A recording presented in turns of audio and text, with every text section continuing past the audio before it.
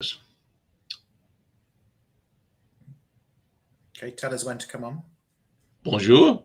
I think we're alive. Are we? Ah, right. I think we are. There's some rumor. We start now then. I'm trying to figure out if the YouTube's going to catch up on this. It says we're live, and there's a commercial. So, oh, I wish I had say over my old commercial. We're here. Bonjour. How are you? Bonjour tout le monde. Bonjour. Ça va? Oh, brilliant French. Next time you come, I expect a lot more. Okay, well, I'll just do a quick introduction about the association that looks after the fort. So basically, I'm one of the volunteers. I'm Fenton. You've seen me on some of the clips, the videos. But what I'd like to do, and on behalf of the association, is to thank Tino for spending so much time telling the story that so few people know about. Just people don't know about it. They've all heard of Ebon Mal, but this fortress and the other ones, nobody knows, or very few. This is a story that's repeated through all the fortresses, with the exception of the ones that fell instantly. I'm just one of the volunteers. Others do a lot more. People like Jean next to me. There's Didier, who does a lot of the groundworks around. David, Harold, Francis, Valerie, President Thomas. Thomas now should be with us, but unfortunately, it's impossible for him, and I know he's very disappointed about that. So I'm afraid you've just got me and Jean. And we have an excellent treasurer who stops us spending money when we shouldn't, which is good. But we only survive due to admission fees, and with COVID, obviously the admissions have been right down. And because of that, we have had the support of the local council and the local mayor from Dalem. And we also have a local company in the Urpen called Urpen Cable Works, which has given us a lot of practical help and also some financial support. Now, I noticed in the comments from the other videos that there's a lot of interest that happened here, and from the other forts. And I'll just tell you about a book that's only just been published. The author was very good. He actually sent me late last night details of the German forces, because I know that's interesting. Yeah, that was a big question everybody had, is what happened on the other side. Well, Jean's an expert on that, if I'm allowed to say so. But a guy called Clayton Donnell, he's literally just published a book about this fort, Ebon Mal, but also all the other forts. And in English, it's pretty much unique. There are other ones in French, but in English, it's unique in that it covers all the forts on a daily basis. If I'm allowed to do this, well worth buying. I've bought a copy, and it is really, really good. And he's a really nice chap, and he's helped me out with some last-second information, which I was going to rely on from Thomas, but Thomas wasn't able to be here. So between the two of us, we'll answer the questions we can. The ones we can't answer, we'll try and find the information and come back to you later through Tino. So fire away. Well, I mean, it's interesting because you were all, you were all volunteers. So not any of you is doing this for a day job. And like I always said, history is pretty much guarded or protected by an army of volunteers, because the little help that the financial support and help that you actually get, you're putting into the fort. And I'm still going to ask, are we going to put that 47 into one of the casemates? I'll donate the money after I win the Euro Millions. I mean, how much would it need to put that 47 into the casemate, into block 3? I have no idea. A lot of work. I mean, there used to be one there, right? Well, not in block 3. No, you had the 3 machine gun cloches above B3. They were machine gun cloches. Oh, yeah, outside the wall, you had 2 47mm gun positions on C3, but those in place have been totally destroyed, really, after the war when the metal was taken. Oh yeah, and that was one of the things that really, I think everybody's been annoyed forever that that they scrapped so much of it, and that and the thing that was scrapped, I think, we in one way or another hopefully can sort of reconstruct and put some weapons in place. And I'm still thinking maybe we should still dig down and bury the Germans. Dig them out, yeah. It's only 30 meters, right? Well, to be frank, if someone had the money, and it's probably a reasonably easy engineering project with a lot of money. Just you have to rebore the tunnel through, and you'd be able to clear it out. But it's time and it's money mainly. It would be safer to dig down from above than to go through the tunnels, wouldn't it? Yeah, I mean, you could go down that shaft, but it's very, very unstable. So that's why we fenced it off. We did have in the past people breaking in, which explains the modern barbed wire in some of the areas. You noticed that? Yeah, I've been caught on it a few times. No, somebody asked about if it became yesterday on the episode. People talked about if they were what that barbed wire looked too modern. Yes, I saw that. So it was in my mind to mention it. Basically, in the past, people have broken in. They've dug out the earth that's been piled up, and they have actually climbed down there, which is highly dangerous, illegal. Stupid. It has to be done. So very stupid. So now there's a lot of barbed wire. We've put barriers up, and the access we've got from going in, we have a padlock on, and hopefully that will stop things. And you have bats. We have bats. Occasionally. I mean, I would see it's just safer just to dig in from the road above, but that's just me. Because it's about 20-30 meters down that hallway would be, right? Yeah, it's about 30 meters. Yeah, so I mean, it just seems like that would be a safer way to go with an excavator for the first 20, 50, 25 meters, and then slowly start digging up body parts after that. Somebody asked if it was a problem permission here to dig, and I guess here you can pretty much do what you want to do, right? Well, no. We're very restricted because the fortress is still a military site, officially a military site. So the association administers the site, but we have to do so within the rules of the military. So if we want to do something different, we have to get permission. So, but if you wanted to excavate the bodies of the dead Germans, you could. They would probably give you permission for that. I doubt if they'd give permission, and you'd have to talk to the Germans as well. For that, we need to have also the authorization of the German army and German embassy, and of course all the German authorities to pick up the body if it's somebody, because until now we are not quite sure. From the history, we knew that it's probably there are some soldiers in C2, but we are not quite sure. We never go down enough to see something or to be sure that it's some German body. But, and the Germans never went in long enough to find out either. We never discussed with German authorities, but if we have any good suspicion that it's somebody is in C2, maybe we can have a discussion with the German authorities, and maybe they can help us to just go down and search the body. And at this moment, the war will not be only a military place, but also a memory place. Well, then it will be protected. Yes. In this case, for sure. But so a lot of people have been up, because after I read the diary, so we know a lot about what happened in the fort.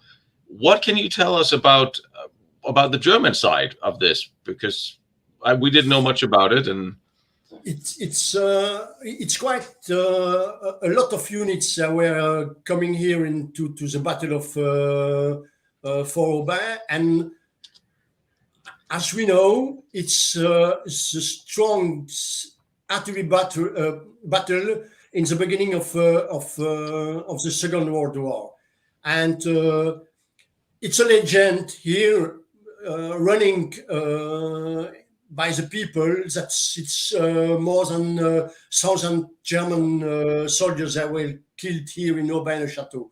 But it's only a legend, because I think that the people are more influenced by war movies, and they see that on the movies a lot of casualties during the war. But I was a military. I was an officer in the Belgian army. I participated some mission abroad, and I can say that casualties is not so much even in a battle. You need to have a terrorist attack to have more than 100 people at the same time in the same place. Same place. And I think it's around.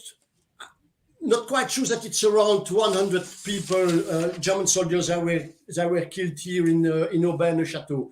I think it's between 50 till 100 German soldiers that were killed here in Aubin-le-Château. But no more. I think it's no more, because the military they can protect themselves, and I'm not quite sure that when a bomb is just falling in their sides, I will not go to protect them. So I think, yes, between 50 or 100 people that were killed here in German. If we extrapolate that for every artillery or mortar strike from the fort, they must, and for every vehicle destroyed, for artillery piece destroyed, there must have been a few casualties for every strike.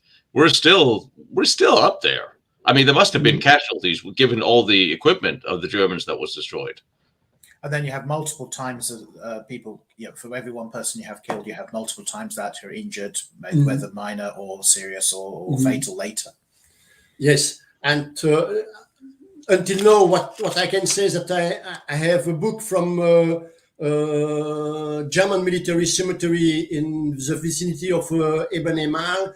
As I have counted until now, I have seen 40 German militaries that were killed in the vicinity of Aubin-le-Château or in Aubin-le-Château.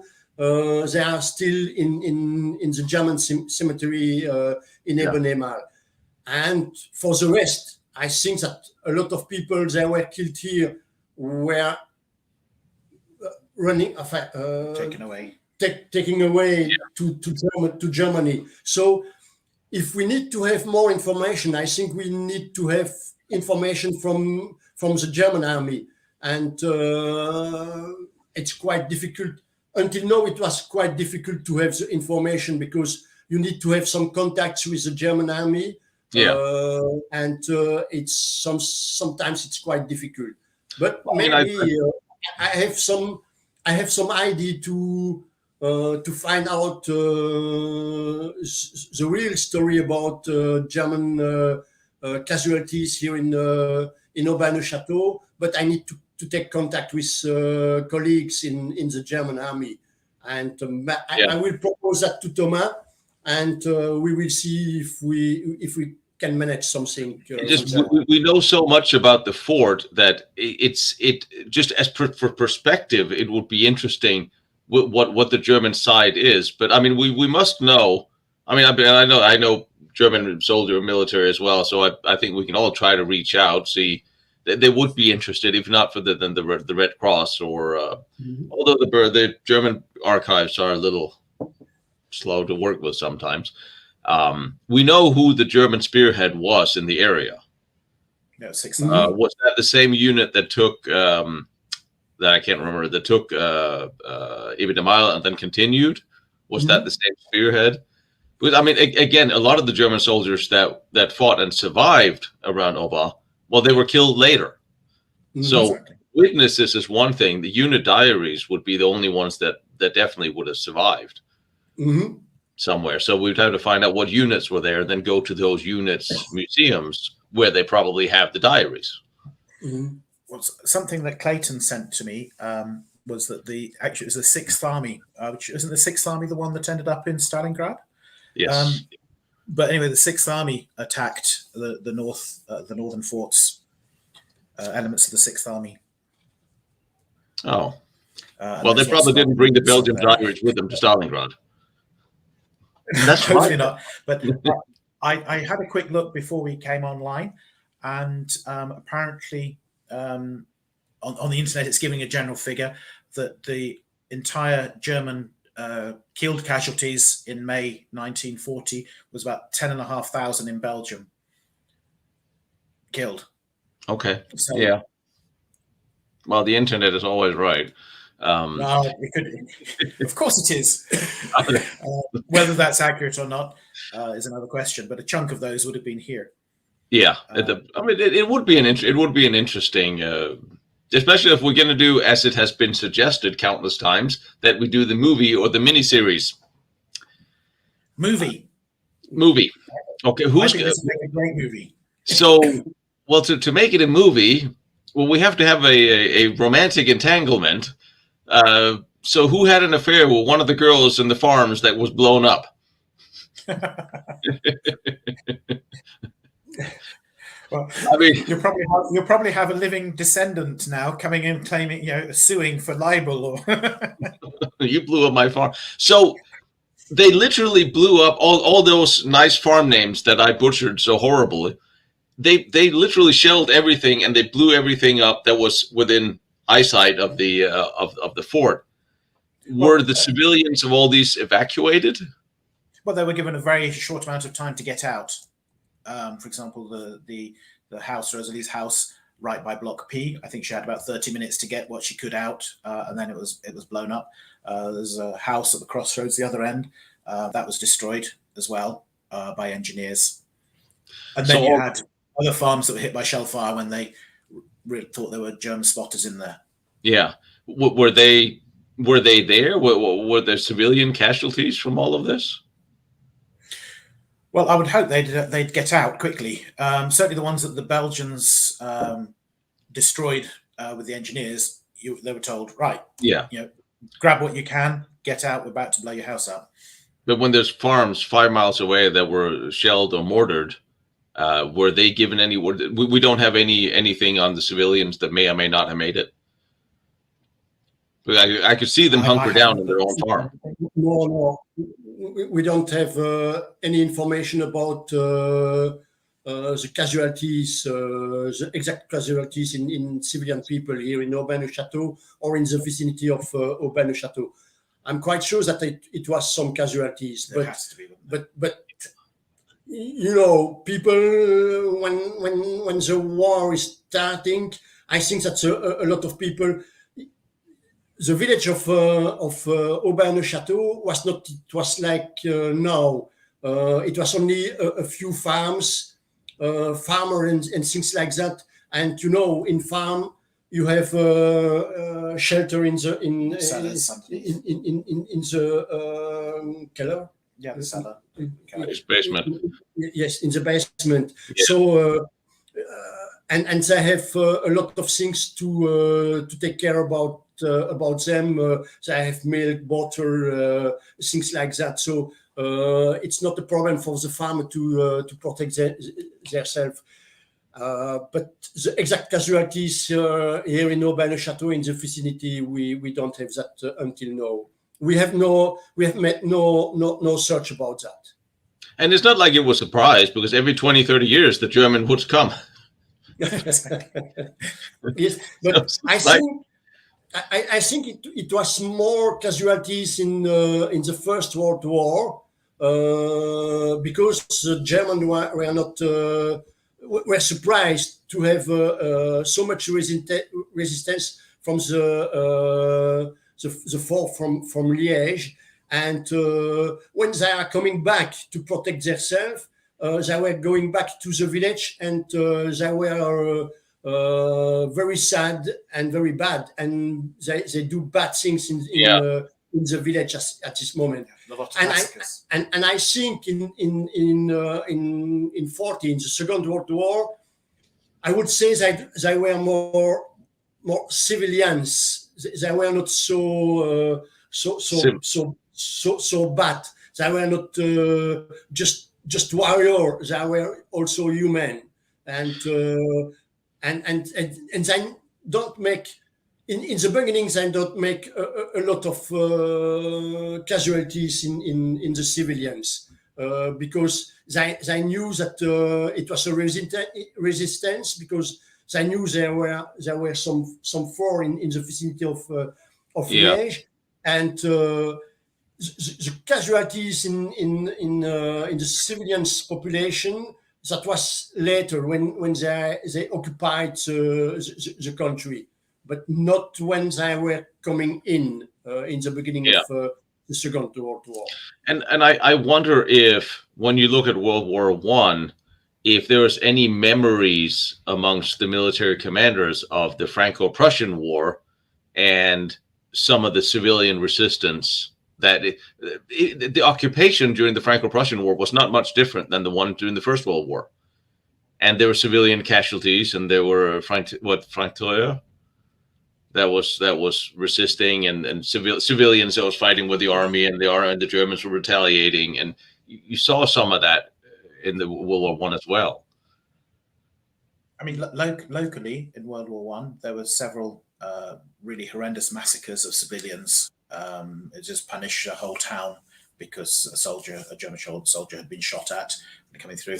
Visé, the town of Visé was burned to the ground.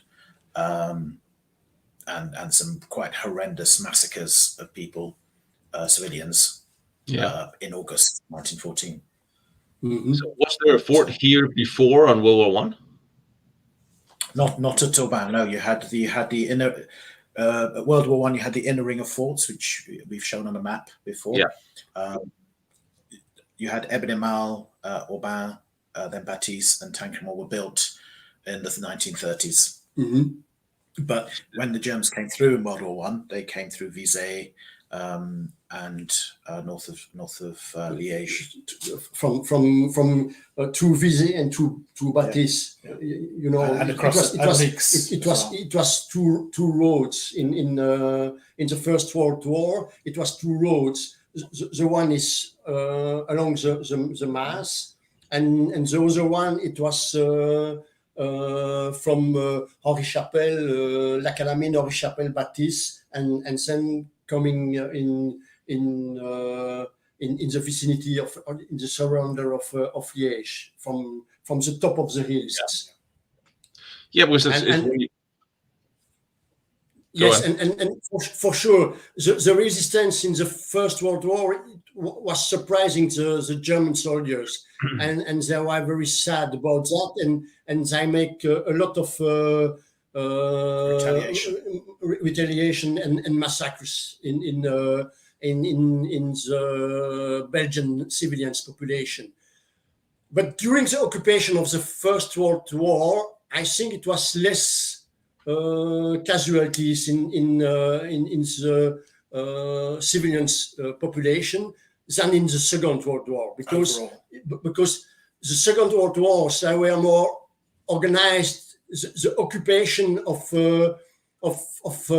Belgian territories and French territories was under administration of German administration and German authorities. So when somebody disagree with the German authorities, they have no choice. They kill them and or deported to the camp. And also in World War I, it began very, very violently, and then it was the German High Command sort of tried to dial that back after some months, which had already caused so much damage in Belgium, also because they started realizing that publicity was not very favorable, given what the German troops have done. So orders started going out after, I think, the second or third month of the war to start being nice to the civilians. From what I seem to remember, we're doing a lot of World War I.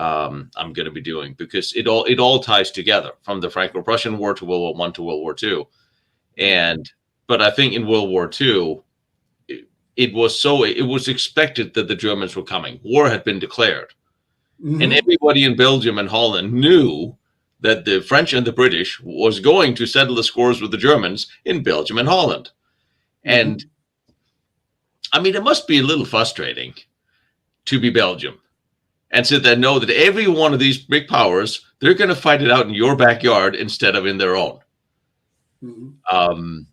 So I could see why the civilians would just stay out of it. But the military did a great account of themselves. And I always felt bad for the for King Leopold. I mean, but that's still an argument that's going on in Belgium today, isn't it? Because he stayed and negotiated with the Germans and remained in place. And I know the French and the I don't remember what the British said, but they're all very bitter that he surrendered with less than 10% Belgium territory left in Belgium hands. Basically, back to it was over, and he surrendered, and everybody was mad at him for it. What's the story with him? For the King of Belgium, you need to know that King of Belgium is a wrong appellation, because he's not the king of the country. He's the king of the Belgian people, and it makes a difference. So it was one of the reasons King Leopold III stay with his people in Belgium, and he for their meaning, he can go away, and he need to protect his people, because he is the king of the Belgian people. He's not king of Belgium, and it's from the beginning.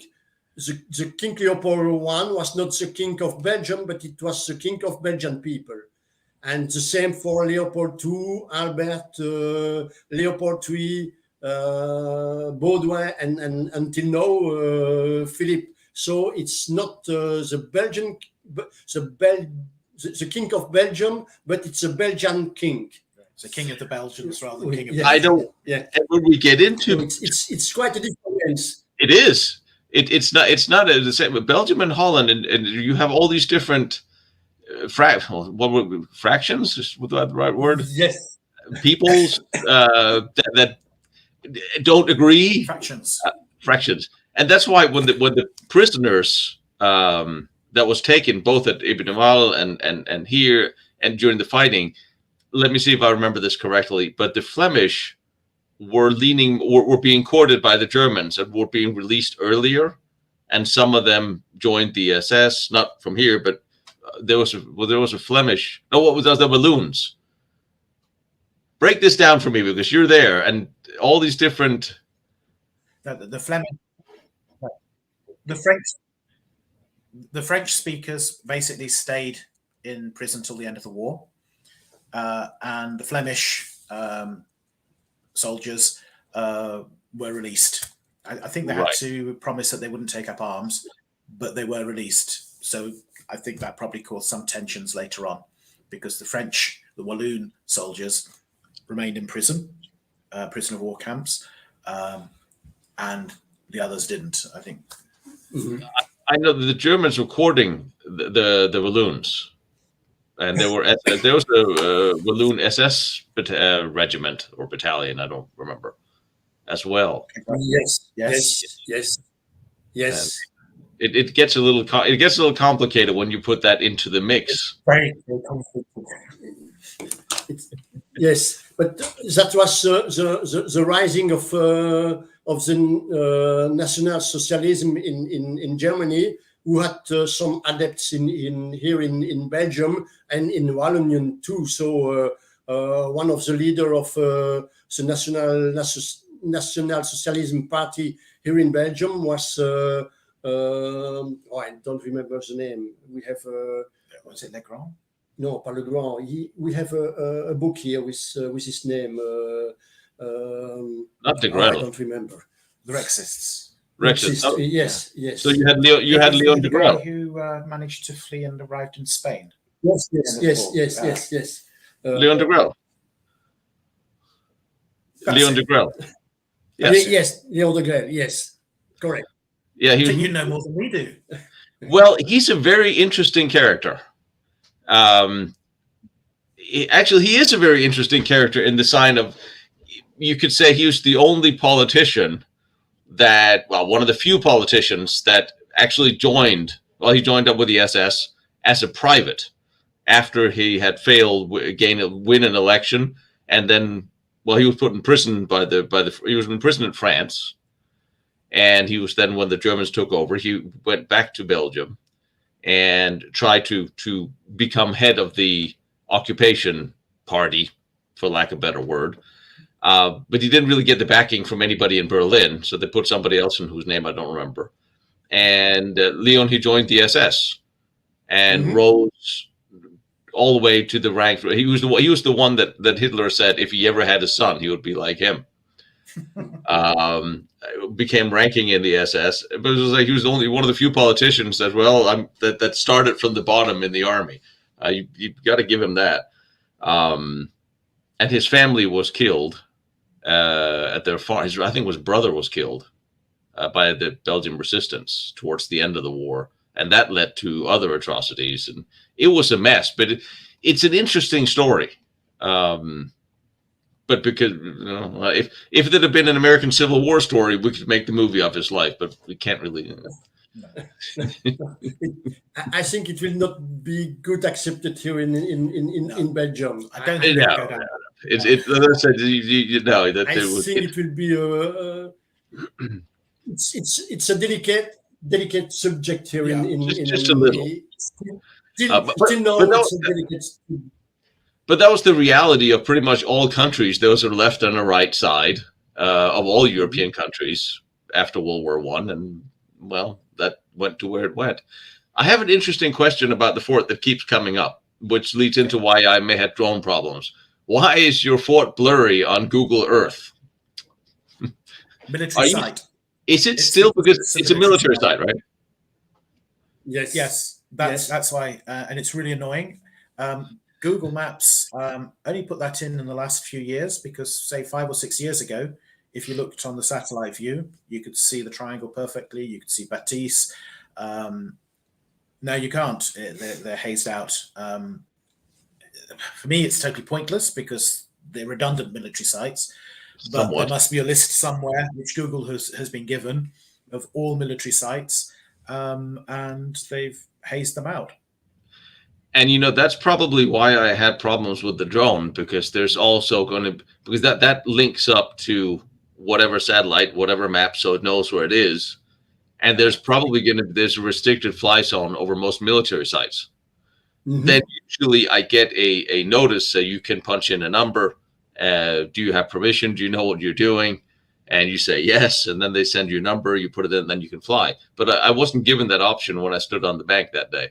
And it was too bad because it was gorgeous. There's just stopped raining, and the sun was about to set. It was good light, but I just couldn't fly in. So maybe it all links together with that. Should be something that should be lifted because that's sort of ridiculous. It is. Of Google, but yes, because it's nothing important in for Freineux for a military interest. It's just or it was. I think it's yes. Maybe sometimes it can again be used for exercise for military units, but less and less the last years. Twice a year, pre-COVID. I don't think there's been one since 2020. I mean, I don't know who's going to be arguing with Google about right or wrong. I don't think that I don't see that happening. Geofencing, says First Scorpion, and he's right. That is an actual thing. So after the war, after the battle, the Germans took over and started eventually firing all these cool shells at it. And I say that because they kind of are, because it looks really cool. What do we know about the testing they were doing with the Richtling shell that you are sitting right in front of? Because I can see it behind you. Yes, it's quite amazing ammunition, and I would say that this kind of ammunition is still in use in all the army, and especially in the US Army, when they were using bombs to to bomb some bunkers in Iraq or in this kind of country. It was the technology of the Röchling ammunition. So the Germans, they were testing the Röchling ammunition in 42, 43, but they were not using it as a real ammunition in the last years of the Second World War. But when the Allied and of course the US were coming in Germany, they found out that they were testing a new ammunition, and they take the technology, and it's still used now in a lot of army to destroy some buildings, some shelters, some bunkers. So it was it was a quite amazing ammunition, because what they were testing here in Aubaine-le-Château, it was not it was an inert ammunition, so without any explosive. So and when you see, you can see the damage in the fort of Aubaine-le-Château, which was done by this kind of ammunition. It's quite amazing. It is to have this technology. It was a mix of inert and explosive ones they tested, wasn't it? Because we had one taken. This one was taken away because it had explosives inside it, and we have the ones that we got the shrapnel, but ones have just gone straight in and not done any real damage, and then others you've got the massive shrapnel bursts inside.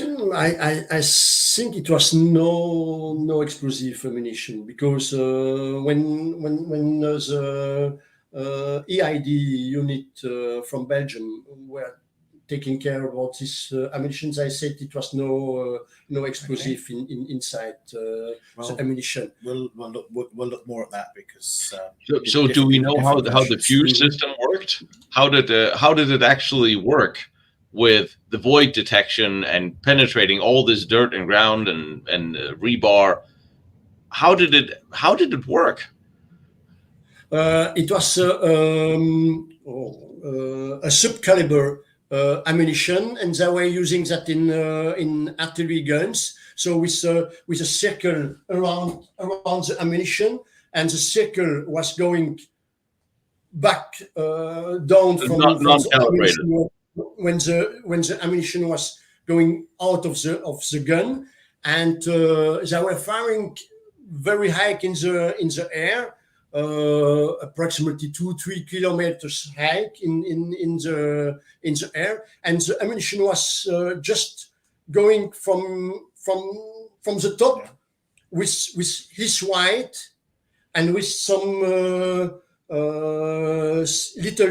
little wings at the end of the ammunition. So was turning on spinning like that, and just falling on the ground with G-forces and the weight of the ammunition. And so there was no rocket power or assisted power in it. It was literally just just going down, falling down. And then what was the mechanism that would make it detect a void when it penetrated everything? I think it's the weight of the ammunition, and of course the form of the ammunition. The question is not for it penetrating; it's what makes it explode. How does it sense that there's space? If you put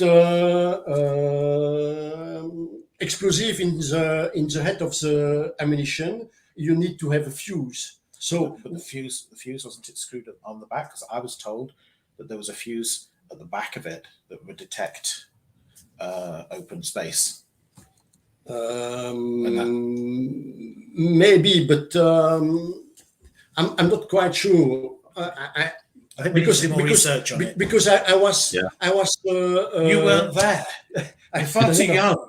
I was not in the artillery, but the little artillery of an infantry unit. And when you used an ammunition to come in a building and to explode inside the building, you just need to have a fuse with delay, and you can just put the time you want. You think that the ammunition will be inside the building or the shelters and will explode at this moment. So it's just like a chronometer that will just make sure that the ammunition will explode inside the building. But there was a void detecting system as well, and I'm going to look into that as well, because this was sort of the precursor to the V3, munition-wise. And I'm doing an episode on that. We're going to dig into that a little bit more now, exactly how that worked. But they tested this at your fort and a couple of forts in Czechoslovakia. And they tested it at Baptiste as well. At Baptiste. The testing from Baptiste to here. Can you see it at Baptiste, the tests? Yeah, they've got some Rushling damage, and they have a Rushling shell as a display item on the wall as an example of what they look like. But the unique thing here is we have one in the floor. You do, yes. But now you have the interesting thing about your fort is it is the only fort, really, well, except for Baptiste, but we'll get back to that, where you can actually see the damage now, because the forts in Czechoslovakia, another bunch of great volunteers have started renovating all of them and turning them into a museum, and it's great. And of course, it's great that they did it. Now it's there. The problem is what they did is they started covering it up. See, they started cleaning it up and breaking it in. See, this was the hole where the shell hit in the Czech fort, and they started filling it in, which is a little annoying. It kind of takes away the damage. It's all being renovated, but you can see still here the damage of the shell there. So this is the fort out in Czech, and eventually, I'm afraid they're actually going to put a whole wall in there and fill it all out so you can't see the damage anymore. And I didn't get to talk to the people who were setting this one up, because they're like, no, you can't, you need to leave this alone. I know you want to renovate it, but no. It's a balancing act. It is. Maintaining, renovation, where do you draw the balance? And if you've got the funds, it must be quite a nice dream to make, I want this to be as it was, rather than keep it as it is. And I know they're proud of their wall, but of their bunker. It's interesting because the Germans marched through the Czech fortress wall in 1938 without a shot fired, and the American Third Army did the same thing in 1945, pretty much without a shot fired. So, so the most shots fired were pretty much done by the Germans during the war. I just think they should leave that damage because, well, it's significant, it's interesting. It's well, from tourist perspective, it will be interesting to see. But oh well, yeah. I just thought it was funny when I was up there and I saw. I didn't know they did it. For me, I think it's nice. Well, nice is probably the wrong word, but you have a fortress like AUBIN where you have all the battle damage. If we can maintain it as it is, as in memory and to as an education point for people, I think that's the way forward. And then you can compare it to a fort that hasn't been badly damaged. So you've got the two things. For example, Tancremont and AUBIN are very similar fortresses, and you can see what AUBIN was like when it was complete, just 20 kilometers away. And then you've got all the damage here and the history here as well. You don't have to rebuild AUBIN. There isn't the need, because you can see how it was 20 kilometers away. And another. When I was editing this together, I was trying to figure out if I should jump back and forth by showing what is still in place at Tancremont, but I decided against it because I didn't want to confuse what was here and what was somewhere else. But yeah, it'll be interesting because that's what we're going to do if we do the movie version. We're going to have to film it there because it's all in place, and that really was interesting. With the most energetic caretaker I have ever met in my life. He was fast. You guys will see. I've never seen anybody with that much energy running up and down the millions and millions of stairs that are in these places. Although he made the elevator work, sort of. He did. Well, it was a little scary, but.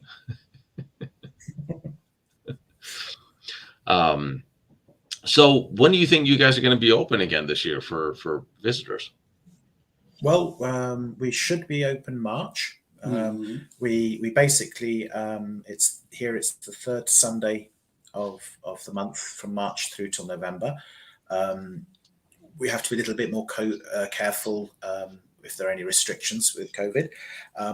But for groups, we will try our best to open basically any time. So, for example, if there's a group of people who want to come and they can't make the third Sunday, we will do our very best to match what they want. We're all volunteers. Some of us have full-time jobs, so we can't. If someone said, "Oh, I'd like to go around it tomorrow," then that's going to be a bit dicey. But if someone can give a little bit more notice, for example, I have a pretty flexible employer. I can use some annual leave. I'm also allowed a few volunteer days for helping, non-profit organizations. Someone was asking if a dog's allowed to visit.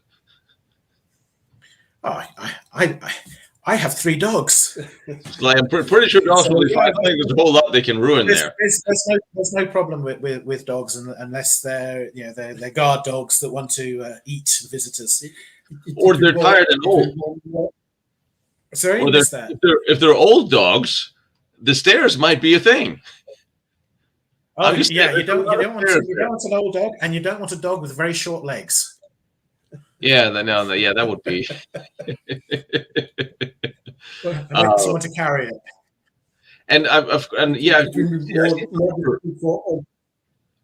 I promise you that I would tell everybody that it's time to volunteer to come clear out brush this year.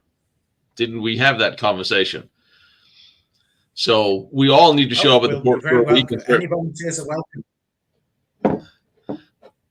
Yeah, because I could see why a lot of people would want to do part of their summer holiday to come out and help clear out the fort, and I'm talking to somebody about no wiener dogs. No, I don't think he would make it up and down the stairs.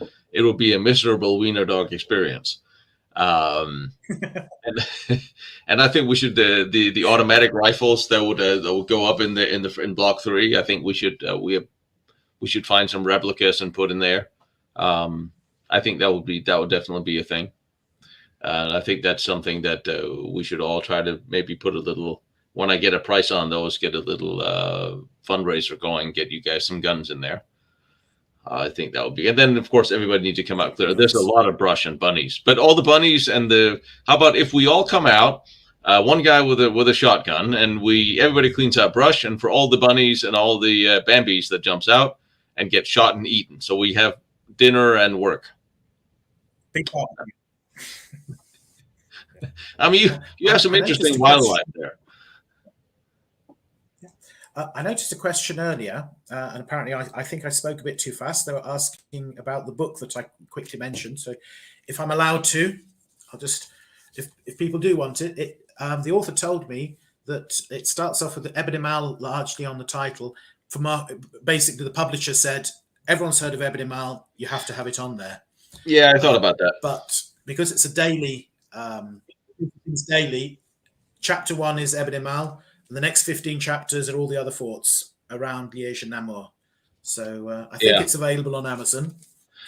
It's very interesting. Really when I did my first episode from Ebony Mal, and this is where I guess I'm naive in believing that people actually know a little bit basics of World War II history. I was surprised of how many people have never heard of Ebony Mal. that surprised me genuinely. I thought that was at least the one battle that people would have heard of, the one fort. So yeah, it makes sense when you throw in smaller forts names, and especially on a book, they would, people wouldn't have heard of it. It wouldn't resonate. I get why he would do that. But I was surprised. I know the German airborne units are not really allowed to celebrate or teach their taking of Fort Epidemau because it's not correct, which is ridiculous. It was a military victory, and you should study those. But that's the Germans for you. And there's still a lot of lessons that can be learned. But you got to tell me a little bit more about your commander, because the commanding officer of this fort, must have been a hell of a guy. Colonel Dardenne. Yeah. Jean probably can speak better than me about him, but he was the commandant here from before the war. Was it 1937 or 1938? He was appointed commander. Colonel Dardenne. Colonel Dardenne? Yeah. Was it 37 or 38? I don't remember. I cannot remember exactly, but he was before the war started. Yes. And the battle log that you got the translation of that you read, and I have to say read very well the other day. The original in French is in one of the display cabinets, and there's a story that was smuggled out of the fortress at the surrender. Yeah. Yeah. I just think, I mean, it must have been, and he didn't want to surrender, even when everything was over. Yeah, he was quite happy to battle on in the tunnels. But the thing is, that really would have been suicidal, because once the guns are out of action, I mean, the reason the Germans had to take this fortress, I think this has been explained before, but the reason they had to take this fortress was because of the artillery, and the artillery could stop the use of the main east-west railway line that the Germans built in the middle of World War I, and it's still in use today. But they had to take out Aubain. They had to take out Aubain because it was stopping them from using that route for supplies. But I know, you kept shooting at them. So once the guns are out of action, really, the fort, if you end up fighting in the tunnels, the Germans just go, poof, stay down there. We'll blow up your exits. You're trapped, and you can't do anything. So at that point, the other officers were quite sensible in saying, "Hey, calm down. We've done what we can." And later, they've run out of ammunition as well. Well, exactly. For the heavy gun. They agreed to carry on until they couldn't defend Block 3 anymore. That was one of the questions we had earlier. Was that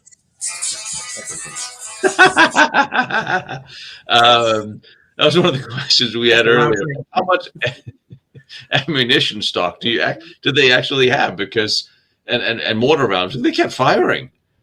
Yeah, I mean, they had, I think it was like 14 or 15,000 rounds of artillery and mortar ammunition was fired, and there was very, very little left. There's some mortar rounds left, but they couldn't fire them because the mortars are out of action, and there was around about 1,000 or so rounds of 75mm left.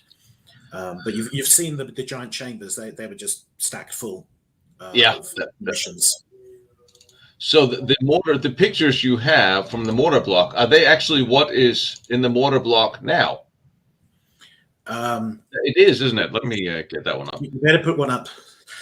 Right. Now this picture is from here, but it was taken during the war. Oh, so that is no more. No. A volunteer went up there recently. A few years ago, he told me that there's nothing there; it's just open space. But this is a photograph from this fortress, but it was taken during the war. There was a caretaker, apparently, was in effect given the keys by the Germans and told to basically look after the place. But if anything goes wrong, you're for it. And he secretly took a few photographs of the inside of the fortress. Yeah, because the reason why they had to stop firing was because the ditch filled up. This is the lip of the here. Yeah. This ditch was filled up. That's why they had to stop firing, right? Yeah, on two of them that was filled with rubble so much and detritus that it actually blocked the sort of shark's mouth where the mortar bombs were fired through on two of them, and the other one mortar had worn out. C'est un bloc mortier, ça. Yeah. Mortier blocks. Mm-hmm. Now I do remember some interesting photos that I didn't really use because we didn't talk about it. Was that the Germans clearing up mines all around the fort after? You have to show me the picture. I'm working on it.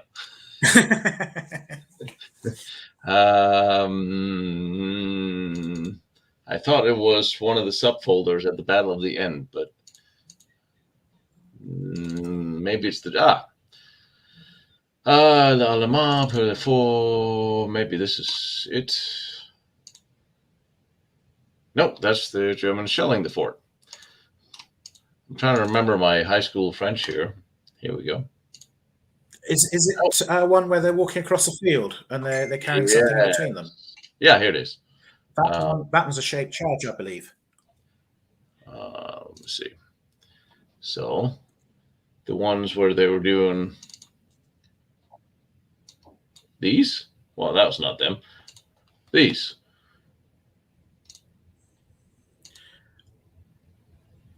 That's the flamethrower. The flamethrower. Mm-hmm. Yeah. Mm-hmm. Some munitions. Well, that's that one. Is that a shaped charge or a mine? Looks like a mine. Well, they did use shaped charges here. It almost looks too big to be a shaped charge, doesn't it? I have to confess, I'm not a munitions expert. It's more like a mine. It looked like an anti-tank mine to some degree. If it's a mine, it's an anti-tank mine. Yeah. So would that be a Belgian mine that they're taking away? It will be because they wouldn't. But that looks like a shaped charge. That one. It looks it looks concave. It looks hollow. Yeah. But then again, why would they be? I mean, why would they be carrying it around? It's just an interesting. See, carrying it up to the front line. And then there's the canister. It can't be flamethrower because that wouldn't be. That's just really interesting. I guess these are the things we need to start working on doing the German side. But it really does show how this has just been completely. This is a silly question. Was there grass on the Massif before the battle? There certainly wasn't afterwards. I think I think it was grass. Yeah, yes, for sure. Because the construction of the forest, it was done like a mine coal. They make chimneys. Yeah.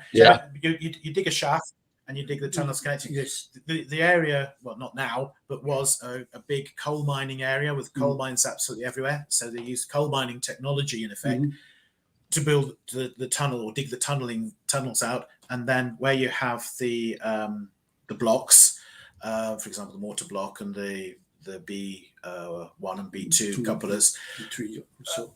You dug a shaft down from the surface, as if you were digging a coal mine shaft. But not quite as deep as a coal mine shaft. So are you all? Is it all dirt under the Massif, or is that sandstone? It's like quite a soft. It's lime. Is it limestone? Because it's a yellow stone, and when it's wet, you get it on your fingers slightly. The ground, the earth is called marne in French. I don't know the name in English, but it's like argile, but more more stuff than argile, more more compact than So argile. it's like a very soft rock. Mm-hmm. Yeah. Yeah, because That's it like does look, geology side coming out. Oh, it's a very soft rock. It's sort of yellow and slimy. yeah, because it does look like when we're looking at the damage from below, that there's a little bit of rock or something. It's not just dirt, limestone. Virtual? Yeah, it's a type of rock, but then you have mud and things higher up. And this was actually the fort being shelled from a distance. Yeah. Which is, yeah, there's not a lot of, there was force around, and this is the breach that they eventually came through to get into two. Now, the German photographs, I was told, were taken by a chauffeur of one of the senior officers, and he had a camera. And if it was me, I'd have kept my head down and used the excuse I'm the chauffeur of a senior officer. When I'm off duty, I'm not going to go anywhere near it. But someone with slightly more courage than myself actually took a photographic record of the attack. You would be surprised at what no, you wouldn't. You've seen them of the photos that people take during battle. Yeah, this is the corner where Rosalie's house used to be. And when you were at the fort, there's a newer building there. That's just the other side of Block P. So there was a farmhouse here, and that's basically the rubble. And if you look very carefully, I think on the left you can see a machine gun position. If you zoomed in on the left, yeah, on the very left of the photograph, I think there's a couple of German soldiers with a machine gun. Oh, you went away. Are you back? Yes, we're here. Can you hear us? You just dropped out for a minute. After look very carefully for. All right, on the left, you've got two German soldiers. Yep. Or was it three? You better eyes than me. He was in the army. That doesn't mean you see or know anything anymore. And that's the main road that comes from the fort down into the village. Is that a wheel? No, that's the end result of a shaped charge, I think. Really? This was a dome? Was this a dome? Isn't that from a shaped charge? We need to know the diameter, because the guns there were 75 guns. Oh, I don't know. It's your pictures.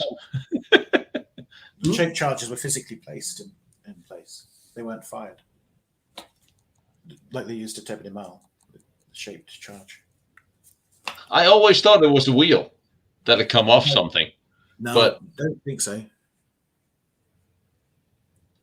All right, there's something to investigate. And that's the German commander looking at. Is that where one of the planes that was shot down? Yeah, that's the one that was shot down in pieces, as you can tell, rather than the Stuka that crash landed in one piece at Furon. So it's not the UFO. So this is the UFO. This is probably the one where there are pieces of it in the rubbish downstairs. section. Downstairs. Yes. Yeah, that would be what's left of the plane. Yeah, and so I mean, if there's somebody in there, they didn't make it. And there'd be more than one person in there. Well, they probably didn't make it, any of them, if that was it, without in there. But it's really, yeah. This was not a Rushling shell. This was continued firing during the battle. No. Yeah, that was continuing firing from an anti-aircraft gun. 88s. Yeah, and they were firing direct on. I tried to go through the concrete, but I didn't succeed. Yeah. I remember reading them in the diary. I will come back just a few seconds. I will come back on the soil of the ground in AUBIN Chateau. It's marl, and it's a soil which consists mostly of calcium-rich clay and has fertilizing properties. Oh, right. Well, I'm going to put a boot full when we leave to take home then. Well, I mean, There that thing is again. Well, that explains why there's so much nature growing on top of the Massif that we need to get rid of. Yeah, there's that thing again. That's big. Yeah, it's. I don't know what that is. Well, that's going to be interesting. But I just love that there are so many post-battle pictures of the place, because most of the battles, there's not. Most of the forts that I've researched and visited, there is just not a lot of documentation. And that's one of the things that really makes this special, is that you can see, well, actually more of the after than the before, because we don't have any plans of how this was constructed, do we? Or why? Have we got plans? From the fort? What, the actual construction plans, do you mean? Yeah. I thought Thomas said we didn't have any. No, I think they were confiscated by the Germans, and then might have ended up in Russia. Yes. Yes. Story I heard. Yes. But now they are back in the Belgian archive in Brussels. So we can get hold of the construction plans. Yes. Oh, there's something. Thomas said that to me during the year 21. Yes. All right. So it looks like a recent discovery that Thomas is on track to deal with. Yes, because that would be really good to have a copy. Yeah, that'll be interesting, and then maybe we can find out why they built it the way they did, with only was C2, they're defending two sides of the ditches, but none for the third side. So when C2 was out, there's C1 covers one side and C2 covers two sides. Yes, but in the I think you're doing a program about Tunkermore later. The side that covers two there is angled like that, so that they can actually cover each other. Yeah. At close quarters, whereas the other way around here. So covering itself is a little bit more difficult. In fact, impossible. Yeah. Here it is. Yeah, that was a bit of an issue when C2 went. It went. Yeah. That was kind of pretty much it, wasn't it? Once that's gone, you're in big trouble. Yeah, but now there is one fort in the area. The one I got myself locked into on the first day. Pontis with the donkey sanctuary. Pontis with the donkey sanctuary. That's the one.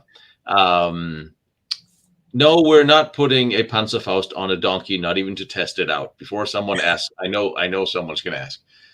The donkey Faust picture is a big deal. The T-shirt will come out. I heard about those underground tunnels under that are only open one day a year. That obviously not the day I'm there. That are older than that are some of the oldest underground tunnels dating back to before World War One. What they did with the World War One forts, the original tunnel network was quite shallow. So when the ones they modernized, they in effect dug far deeper, so you have another network at a much lower level. So I've got an album of Pontis photographs, because I managed luckily to get in once, which I can send you of the deeper tunnels. Well, it's not a very pleasant place to imagine being in compared to the centrally heated luxury of Aubin. I know the contrast makes it really interesting. But yeah, I'd love to see those. Me in underground weird tunnels. Yeah, I would like to just to see how the old fort is. The evolution of forts are interesting. From the First World War fortresses that was then modernized, and then to the just before World War II. The fort from the First World War, they were constructed. So they dig in all the earth, they make the construction of the fort, and after that they put the earth back on the fort. For the Second World War, they were using, as Fenton, as we mentioned before, they were building the fort like coal mine. So just chimney and then the gallery. So it's quite completely different. And for the First World War, the four were with just simple concrete. Yeah, not And reinforced. for the Second World War, the 4-4 were with armored concrete. Yeah, reinforced concrete. Reinforced concrete with rebar. Yeah. Yeah. Because So that's the one thing. And they didn't have reinforced concrete, which has made them very, very weak. Mm-hmm. Yeah. And then, of course, the introduction of rebar and everything else. Because the evolution of fortress construction really, from those three wars, really are interesting, especially considering where it went. And Fort Aubin did exactly what it was supposed to do. It held up the enemy, and it kept everybody inside alive, practically, short of. And with the casualty count, considering the amount of munitions the Germans expended on it, it's not bad. I mean, it's good odds. Yes, for sure. But that's what I love about this story. It sort of capitulates what is the opposite of the narrative of how easy a time the Germans had during World War II in Belgium, France, and Holland. And it really wasn't easy. It wasn't the cakewalk that we've always been told. And I always wonder where and how that started. I know the French and the British had their problems and picked on each other and blamed each other for every surrender or defeat on the battlefield they had. But how did this start with being told as being easy for the Germans? It was, they succeeded in something they couldn't in World War I, but this was a different time, and it wasn't easy, was it? Well, no, I mean, we've covered it before, but you had isolated fortresses who held up a lot of German material that couldn't be used to maybe accelerate even faster their advance into France, and restricted their supplies as well. And what amazes me, I'm just full of admiration for the people, because it was hopeless. There was no other result. They knew they wouldn't win. The commanders in the forts knew they couldn't win, but they kept fighting, and that's what really, I have great admiration for them, because it wasn't sort of like, we'll hold out, we're going to get relieved. They knew, they must have known very, very quickly that they're totally on their own. There's no relief. It would have been very, very easy to have gone, okay, our allies are, retreating fast into France. We're 100 kilometers behind the lines. Look, let's call it a day. But all of them carried on until they just couldn't fight anymore. And I mean, the Ebony Mal story, I think they were very unfortunate, because basically the roof was a giant landing strip. Yeah. Yes. If Aubin was a giant fortress with in effect a landing strip on the roof, it could have been a very different story. You could have been talking about Aubin falling in a day. Yeah. I don't think that there's sort of, some people think, oh well, it's a difficult one. I wasn't there. Nobody alive now was there, but it's very easy to be very critical of the one fort that fell very quickly. And there's other problems with totally new, and the circumstances were unique for that. And probably any other fort could have fallen if you had a glider attack, a surprise glider attack. But I mean, everything had to stand alone. Without gliders landing on the roof, they could have maybe holding on for 2 weeks or more. But there's a couple of significant differences, because Emal, there was just everything that could have gone wrong went wrong at that very time for Fort Emal. Not only that, it was a lot of the troops were new. There were a lot of the trainees, the recruits. They'd just been told that they'd been out partying, all of them, the day before, because they were told they were going home on leave. The commander, I can't remember what the problem was. There was something with the commander. Either he wasn't the commander. I don't remember what the command story was right now, but I remember that the soldiers were relatively green, and it was not a tight-knit unit as you saw at Aubin, with a commander that everybody liked and respected and knew what he was doing.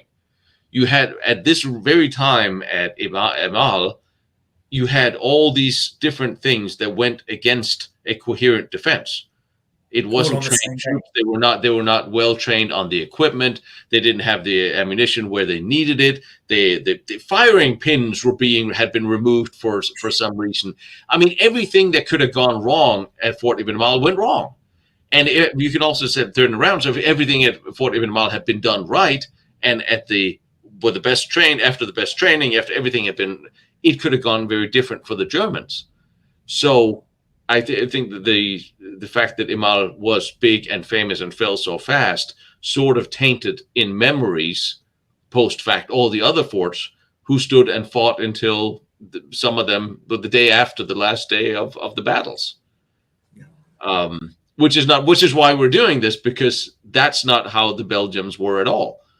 Or a lot of the French forts, they held out, some of them, again, deliberately until the day after the armistice. Yeah. And I think that's something that needs to be remembered, that this was not a walk in the park. And none of these forts failed. They did what they were supposed to do. And they kept their people alive. Yeah, I mean, they slowed down the enemy and they kept the people alive, which is what you want from a fort. But yeah, and it's interesting because in Belgium in general, there are so much interesting history, which is why I keep coming back. And I have like 10 more episodes from Belgium forts. And now I could see battlefield tape. I always said when we can all do tours again, we need to go tour and see all these places, because and there's also a sense of patriotism in Belgium that makes it important. I somehow sense for the officials to remember these places and keep them intact and repaired to some way. Do you feel you have the support of military and government in trying to do what you're doing? Well, we get a lot of support from the local council, which is Dallon and the mayor there. A lot of the groundworks outside the fort are cleared by them. They helped us with this building. We converted it, but they gave us the building, and they support us on some events as well. So I'd say we've got a pretty good local authority who helps us, and we're fortunate as well that one organisation, well, there's several, but Urban Cables, which is I think the only cable manufacturer in Belgium. They give us electrical cable when we've been doing the rewiring, for example, and one of the directors there has financially helped us as well. And without that, we wouldn't exist. Chocolate. And that's someone's asking a question about chocolate. I think. No. Belgian history, Belgian waffles, Belgian beer, mussels in Brussels. There are a lot of reasons to visit Belgium. Yeah, but chocolate as well. Chocolate. Oh yes, didn't mention chocolate. Belgian chocolate, and there's a great chocolatier. Well, there's lots of great chocolatiers, but near where I work, there's one which fortunately isn't within walking distance, because if there was, I'd be bankrupt and living under a bridge because the chocolate is incredibly expensive. But it's just, I can't describe it. There are no words to describe a really good Belgian chocolate. So the question is, do you have marzipan in Belgian chocolates like we do in Denmark? I have no idea. I just love this. Yeah, it's about 3 kilometers away, just slightly too far to walk in a lunchtime. But I would say, well, you missed showing me that. You failed to show me on those rainy days. I was there. Well, in May. That chocolate is 112 euros per kilo. That's why you don't want to buy a lot, but if you buy a very small amount, it is absolutely gorgeous. Not taking into account current inflation. Okay. Yeah, it's probably 115 now. By the time I get, right. Well, I mean, I guess maybe we could you can start selling it at the you have a little commissary that I didn't film because it wasn't open, but so when visitors actually come see you, they can buy a hot dog. No, on one of the photographs, and it was included in your program. When they came up with the hostages for one of the offers of surrender, you mentioned the abbot, I think it was, or the monk from Val-Dieu. That's very close by, and if anyone comes to visit us, it's a brewery as well, Monk's Brewery. It's absolutely gorgeous beer. There are many reasons. You come for the history, you come for the chocolate, and you can come for Val-Dieu beer just down the road, and it's really, really good. You are sponsored by the beer here in. After the program, we'll probably have a Val-Dieu beer each. We've got a couple of bottles behind. I mean, are they not sponsoring you? Because it just seems like Beer Soldiers Fortress goes well together.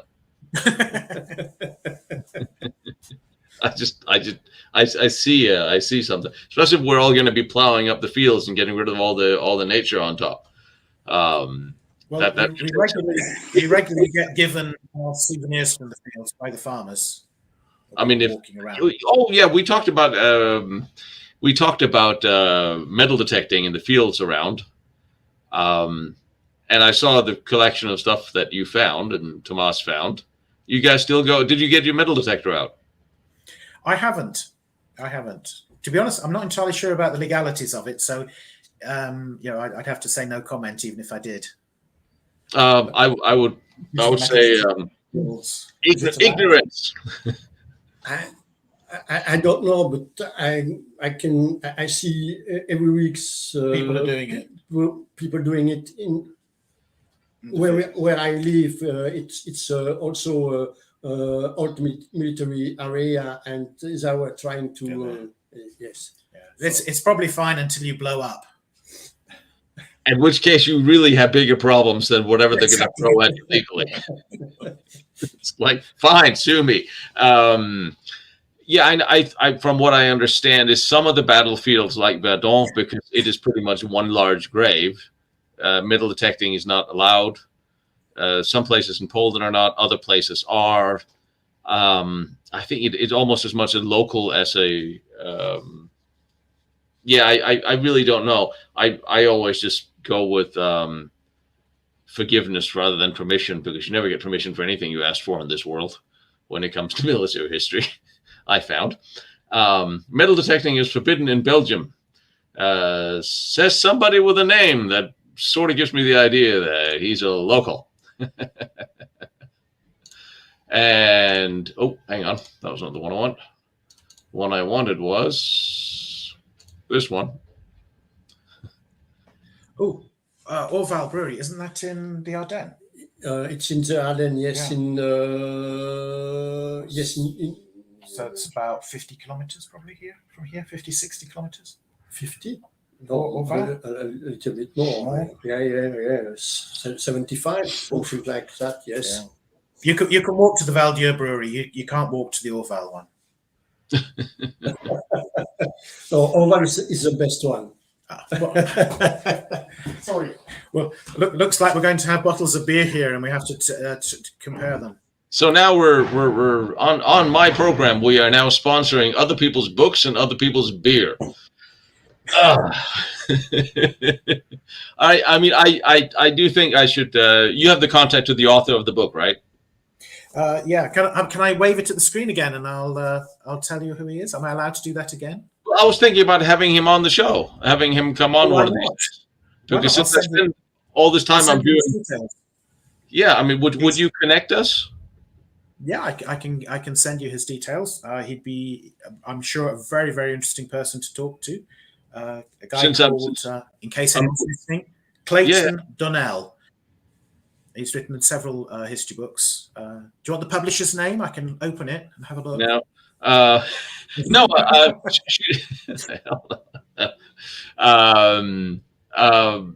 No, I think we can all remember a new book on David Amal with that title. I think, but I will, get me his email, because I will. Then I'll reach out to him and have him come talk about what he discovered writing all these books. Since I've got at least 10 more episodes on Forts from Belgium, it will be appropriate. But so, how did you now that we have all noticed probably that both in France and Belgium, I keep running into Brits that seems to be talking about them. How did you end up here, given that you're not a native Belgium-speaking accent? Haven't I? Well, basically, my wife's from Belgium. We moved here a good few years ago. I'm very interested in history. I tried volunteering at a very, very well-known fortress, which should remain nameless. They basically had far too many people working for them and volunteering, so they weren't interested. I then found out about this one, and I started volunteering here, just digging out, for example, the diesel entry, cleaning the corridors, learning more about the fortress, and then I was asked to become one of the guides. Which I was a bit hesitant about because I'm terrified of public speaking, but as you can tell, and basically went from there. I was then registered with the Walloon government as an official volunteer guide for the fortress. From this fortress, I then help also at Tankermore, which is in effect a sister fortress to this, a very similar design. So I help at both. And what about you? How did you end up here? Me, as I said, I was a former officer in the Belgian army, and yes, one of the former president required me because I can speak 4 different languages: French, English, German, and Dutch. So it was quite easy for the visit and to guide the visit in the fort of AUBIN Chateau. And of course, I was very interested by AUBIN because it's quite an amazing story here in AUBIN. I'm also volunteer in another fort since 2 years now in Barchon, which is also interested, but I find that AUBIN is the most interesting story because it's a feeling that it's a aim here in AUBIN I cannot find in another place. Yeah. And Barchon is also interesting because it was a fort from the First World War, and was reconditioned for the Second World War. And it's interesting because in Barchon you can see how they manage the concrete for the construction of the fort. They were not very in fact with concrete building, and you can see the different level of concrete in Barchon. You can see that very clearly. Yes, and it's very amazing because, as you said, that was not so resistant than here in AUBIN Chateau. And yes, I'm volunteer here, and I'm very interested. And as a former military and former officer, I think that I need to transmit that war it's very dangerous, and war it's not very nice things. And for the young people, the young generation, we need to advise them that war is not a play game like the PlayStation are looking at now, and we need to do that because I think we are now in Europe. We are now in peace since the last Second World War. It was no conflict in Europe, and basically in Belgium, of course. And I think it's the most important things. Can we imagine that in my last mission abroad, I was working with German soldier, with German officer in the same office in Afghanistan. So it was completely amazing that we can, after the Second World War, just direct after the Second World War, it was not. We cannot imagine that. No. And now I was working with German officer, with German people together, and I think it's the most important things. And I need to speak about that, and that's the most important things. And it's interesting because in in the late 90s and early 2000s, we were doing cross training with the Russians, which had for all these years been absolutely unthinkable. And I guess it is again now. But it is interesting how what can actually be done. And it what a lot of people they don't understand is if you sit a bunch of soldiers down and you put some vodka on the table, we all get along. Usually better than the people who sends us there, and that sadly war is going to end when people stop making money on it. But you're absolutely right. That I think that is. I always thought every soldier needs to write a book about his lessons for the next generation. And since people they don't read, then here we are doing this. And speaking of learning, there's a question.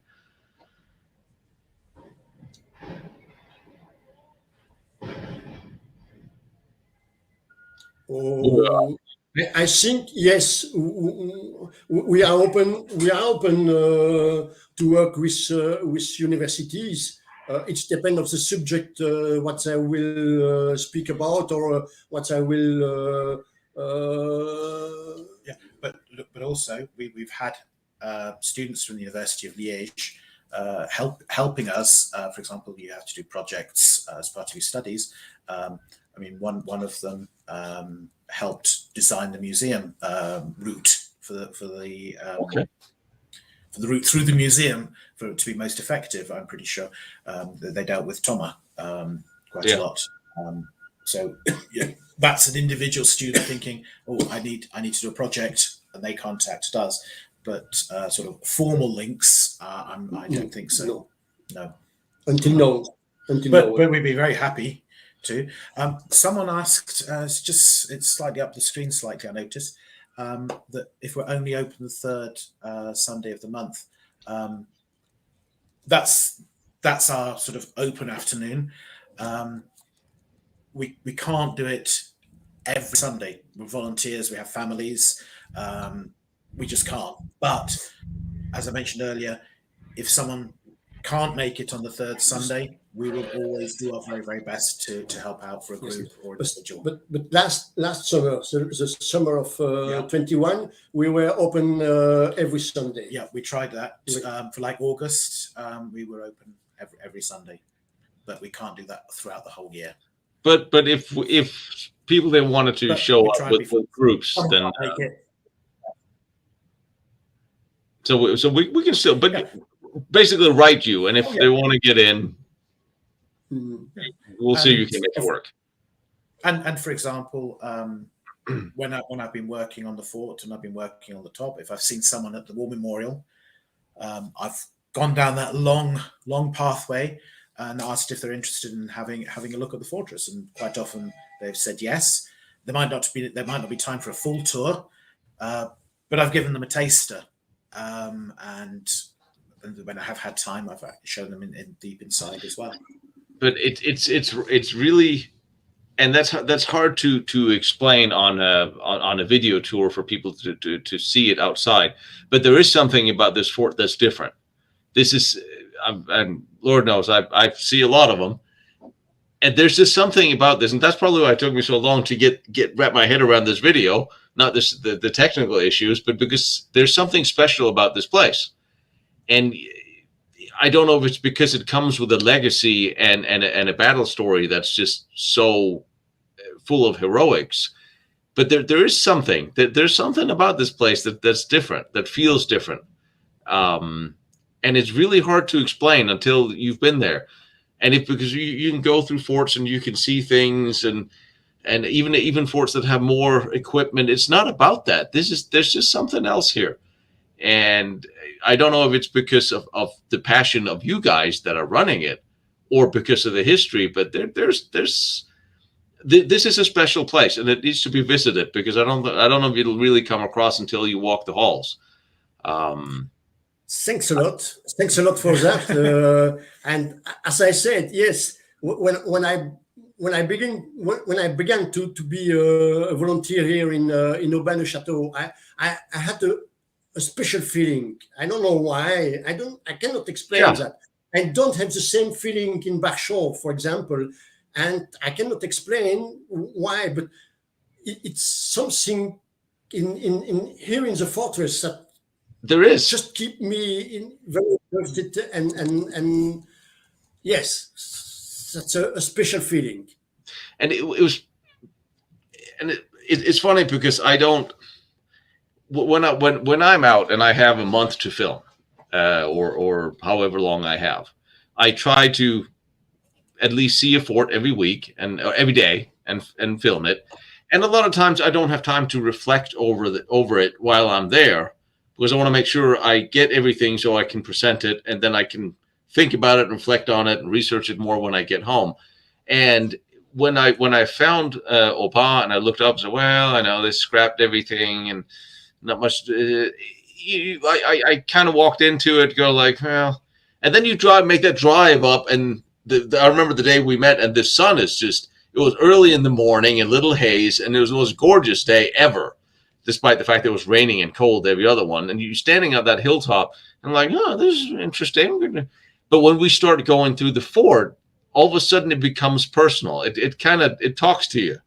It's different than other places that, you like. It was fun with the place with the donkeys, but it's not a place that, oh yeah, it's walls. There's something alive here, and it's hard to explain, but it kind of grabs you. And it did help reading the diary and then seeing it. It's just, it really is a special place, but it's hard to explain. So I guess we're going to have to get everybody there. I see a couple of hundred people here now, and they're all going to meet me there in May. We're going to clean everything up for a week, and you get the Brew Ridiculous beer. You're very welcome to do that. I'm sensing tense. A lot of people actually wanted to sleep overnight in the tunnels, and I'm like, whatever. But you do know the bathrooms don't flush, right? And it is only 12 degrees, 24/7, 52 weeks of the year, and a lot of humidity, and it's not very good to spend the night in the tunnel. But what some people have done in the past, in the 70s, there were squatters in there sleeping deep in the tunnels. Yes, but hippies will sleep anywhere. That's true. There's a chap called Rolf asked a question about the future vision, and I think and that would it be anything like Ebonimal in the future? Future vision, basically keep improving the access for visitors to educate, make visits entertaining is the wrong word, but very interesting to keep people's interest rather than just a bland, boring, this is this and this. Keep things interesting, educate. But will we be ever like Ebonimal? We can't be. We're a much smaller scale, which is an advantage because you get to see practically the whole fort in one hit. You can't at Ebonimal, but also we just haven't got the budget. Ebonimal has a lot of government support. It has 60 to 100,000 visitors a year, all paying quite a hefty entrance fee. Compete is the wrong word. We're not Ebonimal. We never will be. We've got a different story. Ebonimal's got an important story. We've got an important story, and thanks to you, Tino, more people know about this important story. So, our vision is to keep improving access and things like that, but we'll never be an Ebonimal. I mean, it's my mission is to get you some replica guns and a couple of domes. If I have a mission with you guys, I'd really like. I don't know if it's possible ever, but I'd really like for like a scaffolding tower to be put up in the shafts that go up into the blocks. Yeah. And actually see what's left in there. The last time anyone was in there, it was in the early 50s when all the metalwork was taken out with high explosives. But because all right, you seem to have dropped out of connection here for a minute. I know what he's going to say, and he'll be back in a second. He's running his internet over a cell phone, and I found little reception up there, but he's going to come back in a minute. And if you can hear me, you have dropped out. But it is just, and I would think that the mortar block would be a great place to give up. And we did talk about. Are you back? All right. Yeah, looks like it. No one wants to hear about my scaffold tower. The internet connection was cut off. Yeah. But the mortar block, wouldn't that be a good place to come up because it's intact above? Well, yeah, I mean, you've got 3/4 of the stairway there. It's very dangerous at the top, apparently. There apparently is absolutely nothing in there, and you don't have a network of rooms that you have in the access by concrete stairs that are in the other 2 blocks. I mean, you would think I'd be happy with any of them, but I don't have the courage to go up on a rope. I'd like a nice, safe stairway. I mean, is there anything we can attach the rope to? We'd have to get up there to attach the rope. Yeah, a climber. Mountain climber. Any mountain climbing volunteers? I think I have a guy I might volunteer, although he's more for underground, weird, small tubes, and he'll be with us on Tuesday, by the way. It's always nice when you see places that are too small and too dangerous to go through, and you can think of who you would send. So send someone else with a camera.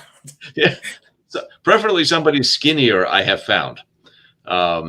There's been some holes where I thought to myself, I might be able to get in here, but I won't be able to get out again, and that'll be embarrassing and expensive.